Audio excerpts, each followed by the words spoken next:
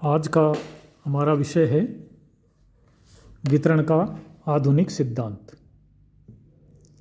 इससे पहले आपने देखा वितरण का सीमांत उत्पादकता सिद्धांत। वितरण का सीमांत उत्पादकता सिद्धांत एक प्राचीन सिद्धांत है, किंतु उसकी कुछ कमियों को देखते हुए आधुनिक अर्थशास्त्रियों ने वितरण का आधुनिक सिद्धांत प्रतिपादित किया है।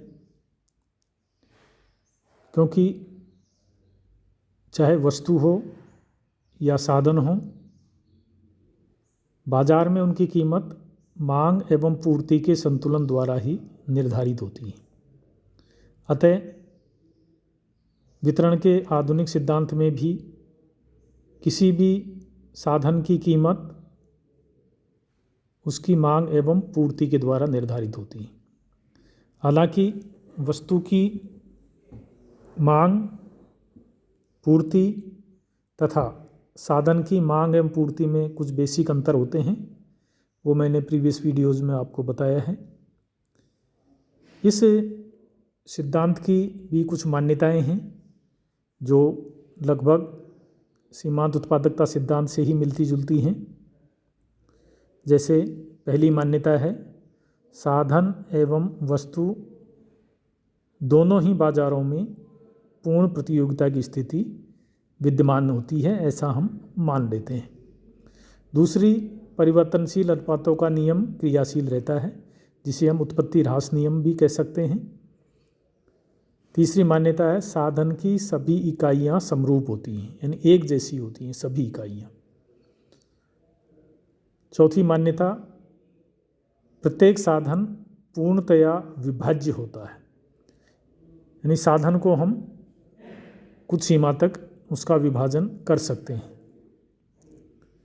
अब वितरण के आधुनिक सिद्धांत को हम इस रेखा चित्र से स्पष्ट कर सकते हैं। देख रहे हैं आप, यहाँ साधन की मात्रा तथा इधर साधन की कीमत को दर्शाया गया है। ये साधन का मांग वक्र है तथा ये साधन का पूर्ति वक्र है। दोनों एक दूसरे को ई बिंदु पर काटते हैं।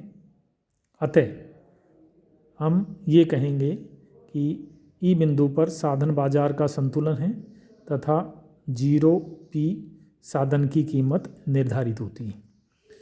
इसके अलावा दो कीमतें इसमें और दर्शाई गई हैं, लेकिन इन दोनों कीमतों पर साधन बाजार में असंतुलन की स्थिति रहती है। यहाँ एक्सेस सप्लाई है, यहाँ एक्सेस डिमांड है। यदि साधन कीमत P1 है तो साधन की पूर्ति ज़्यादा होगी, इसके कारण उसकी कीमत में कमी होगी। कीमत में कमी होने से मांग बढ़ेगी तथा पूर्ति कम होगी और वापस ई बिंदु पर संतुलन हो जाएगा। इसी प्रकार एक्सेस डिमांड अगर है, यानी कीमत P0 है, तो यहाँ एक्सेस डिमांड के कारण साधन की कीमत में वृद्धि होगी। साधन की कीमत में वृद्धि होने से उसकी पूर्ति बढ़ेगी तथा मांग घटेगी तथा वापस ई बिंदु पर संतुलन स्थापित हो जाएगा। तो निष्कर्षतः हम ये कह सकते हैं कि आधुनिक सिद्धांत के अनुसार किसी साधन की कीमत या उसका मूल्य या मेहनताना उसकी मांग एवं पूर्ति के संतुलन बिंदु द्वारा होता है। हालांकि वस्तु की मांग और पूर्ति तथा साधन की मांग और पूर्ति में कुछ अंतर होता है। वस्तु की मांग डायरेक्ट या प्रत्यक्ष मांग होती है, साधन की मांग अप्रत्यक्ष मांग होती है। वस्तु की पूर्ति उत्पादन लागत का परिणाम होती है, जबकि साधन की पूर्ति अवसर लागत का परिणाम होती है।